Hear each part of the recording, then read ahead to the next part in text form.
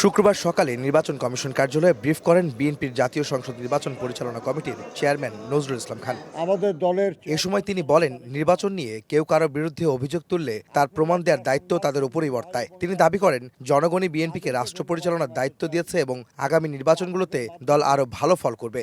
আমাদের কথা, আমাদের কাজ, আমাদের ভবিষ্যৎ কর্মপরিকল্পনা জনগণ জানতে পেরেছে এবং সেই অনুযায়ী জনগণ আমাদেরকে ভোট দিয়েছে।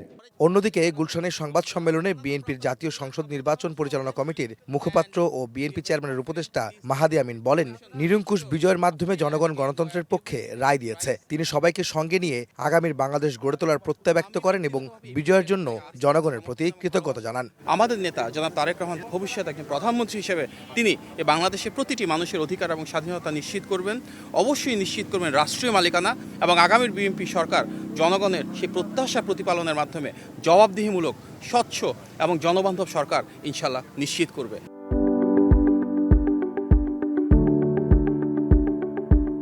এদিকে বাংলাদেশের শক্তিশালী গণতন্ত্রের ভিত্তি রচনা শুরু হয়েছে জানিয়ে দলটির স্থায়ী কমিটির সদস্য সালাউদ্দিন আহমদ বলেন, গণতান্ত্রিক যাত্রা অব্যাহত থাকবে।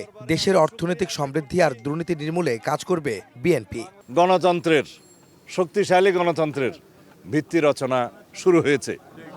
গণতান্ত্রিক যাত্রা অব্যাহত থাকবে ইনশাআল্লাহ। তিনটি জিনিসকে সবচেয়ে বেশি গুরুত্ব দিচ্ছি: আইনের শাসন প্রতিষ্ঠা, দেশের অর্থনৈতিক সমৃদ্ধি এবং দুর্নীতি নির্মূল করা। বিএনপি নেতারা বলছেন, জনগণের প্রত্যাশা পূরণে সুশাসন প্রতিষ্ঠা ও গণতন্ত্রকে আরও শক্তিশালী করাই হবে তাদের প্রধান লক্ষ্য। দীর্ঘ 17 বছর পরে। আহমেদ সালেহীন, সময় সংবাদ, ঢাকা।